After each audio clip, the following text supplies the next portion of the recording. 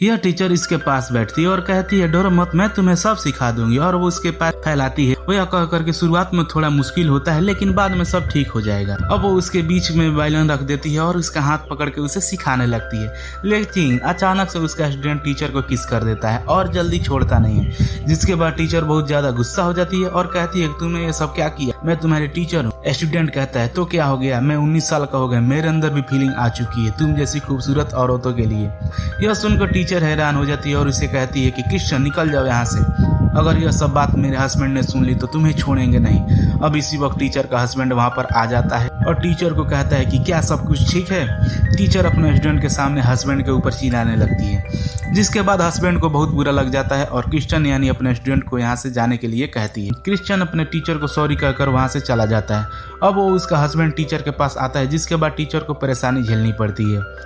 अब teacher student के घर जाती है और क्रिश्चियन देखता है कि टीचर के चेहरे पर निशान पड़ा है। यह देखकर वह उसके हस्बैंड को मारने के लिए जाता है लेकिन टीचर उसे रोक देती है और कहती है कि मैं वह सब नहीं चाहती हूँ और सब यह दोनों एक दूसरे को क्लोज आ जाए। इसी दौरान दरवाजा खोलता है और एक क्रिश्चियन की मॉम होती है। उसकी मॉम नीचे देखती है तो वहाँ पर कई सारे सामान नीचे गिरे होते हैं, तो क्रिश्चियन पे वो भड़ा और अंदर देखती है कि कोई लड़की खड़ी है। वो पूछती है कि तुम कौन हो। क्रिश्चियन कहता है कि वो मेरी टीचर है। टीचर पीछे मुड़ती हो तो उसकी मॉम चौंक जाती है और क्रिश्चियन को कहती है कि तुमने मुझे पहले क्यों नहीं बताया, तुम्हारी टीचर तो मेरी बेस्ट फ्रेंड है। उसकी मॉम टीचर्स के गले लग जाती है और तो वो देखती है कि टीचर को चेहरे पर निशान है।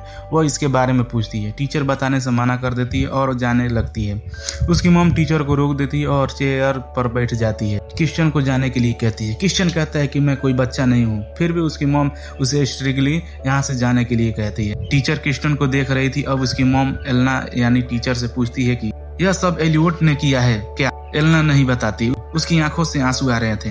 एलना कहती है कि मुझे यहाँ से जाना चाहिए। फ्रेंड होने की वजह से उसकी मॉम उसे अपने साथ रहने के लिए कहती है। पीछे क्रिश्चियन आ जाता है और कहता है कि तुम मेरे रूम में रह सकती हो। क्रिश्चियन की मॉम खुश हो जाती है और अपने बेटे को कहती है कि जाओ जाकर टीचर को अपना रूम दिखाओ। क्रिश्चियन टीचर का हाथ पकड़कर अपना रूम दिखाने के लिए लेकर जाता है। वह दोनों रूम के अंदर आते हैं। अब क्रिश्चियन टीचर के करीब आ जाता है और टीचर उसे रुकने को कहती है, लेकिन क्रिश्चियन नहीं रुकता है। बाहर से उसकी मॉम दरवाजा खटपटाती है और जिसकी वजह से क्रिश्चियन को बहुत गुस्सा आ जाता है। टीचर दरवाजे के पीछे छुप जाती है। अब क्रिश्चियन दरवाजा खोलता है तो उसकी मॉम एलन के बारे में क्रिश्चियन कहता है कि वो नहाने के लिए गई है। उसकी मॉम कहती है कि तुम्हारे रूम को साफ कर देती हूँ, तो क्रिश्चियन मना कर देता है और कहता है कि मैं खुद साफ कर लूंगा।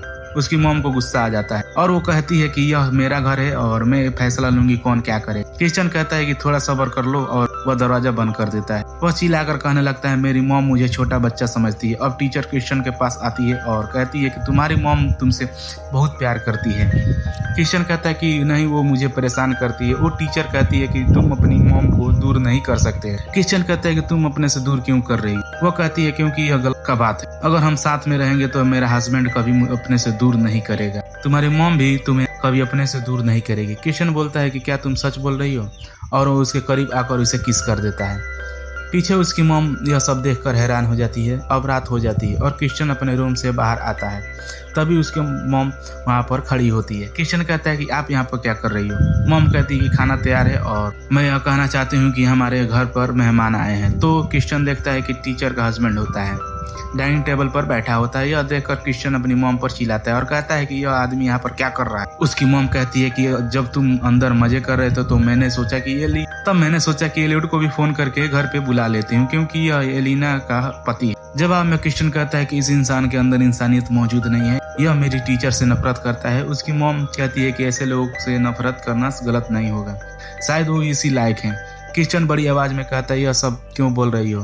हस्बैंड को क्रिश्चियन की मॉम कहती है कि मेरे बेटे को तुम्हारी बीवी ने बिगाड़ दिया है। यह सुनकर हस्बैंड उसकी मॉम को थैंक यू कहता है, यह कहकर कि कोई है जो तुम्हें मुझे समझ रहा है। और क्रिश्चियन को कहता है कि ठीक है, जाओ अब छोटे बच्चे मेरी वाइफ को लेकर आओ।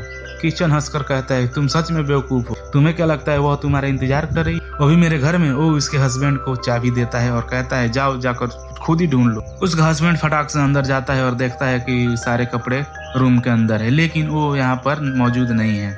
और साथ ही साथ वहाँ से की खिड़की खुली होती है। वो उसका कपड़ा उठा लेता है और उसकी मॉम के ऊपर फेंक देता है। गुस्से के मारे उसकी मॉम को कहता है कि तुमसे काम ढंग से नहीं होता है, और वो गुस्सा होकर वहाँ से चला जाता है।